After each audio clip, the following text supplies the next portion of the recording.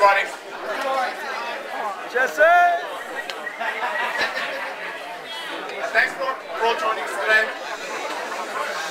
For those of you who don't know me, I'm Jesse. And I'm going to talk about Pete today, again.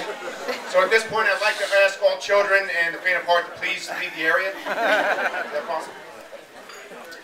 I think all of us probably think we know Pete pretty well.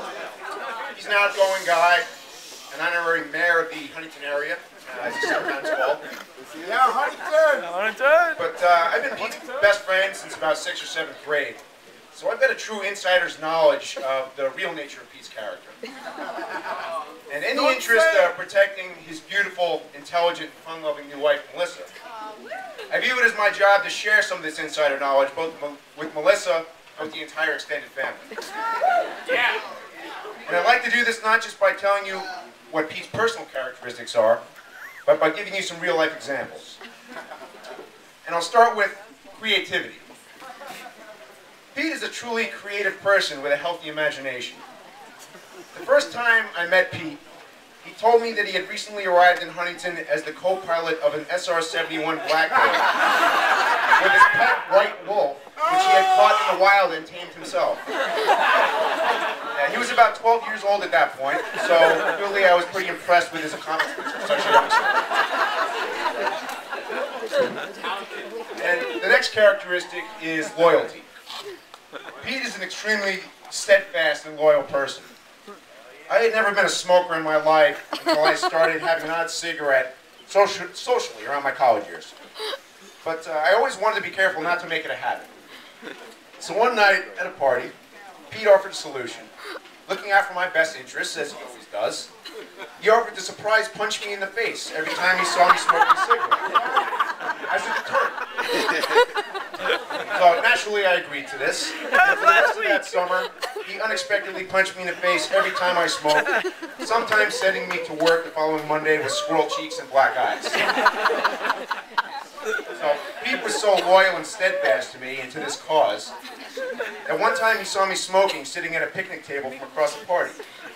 He immediately sprinted full speed across the lawn, jumped, slid across the top of the 8-foot diameter picnic table, knocking all the drinks and food off, and performed a flying Superman punch directly to my face, knocking me clean out of the chair and onto the ground.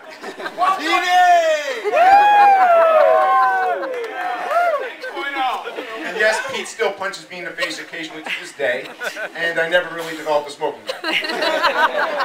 There you go. Hey. What a man, Pete! So that brings me to the next characteristic, which I'm not really sure what to call, but I guess I'll use the term audacity. So I'm not really going to beat around the bush on this one. Take this as a warning. Occasionally, Pete gets on a relentless tear of outrageous behavior that is difficult to comprehend without actually witnessing firsthand.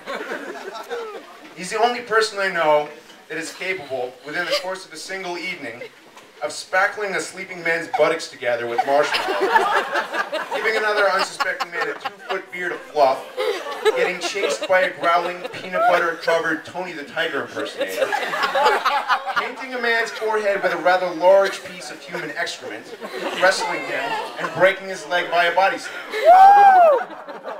That's right, it was one night, all separate incidents and participants. No, it was not a swingers party, it was a camping trip.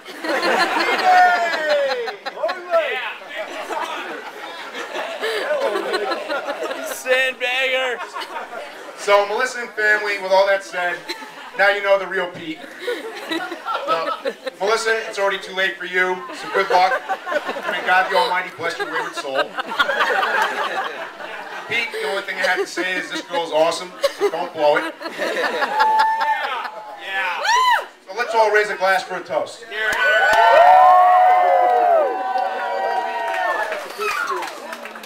May the many children of Pete and Melissa be just as red-haired as motor mouth as the two of us.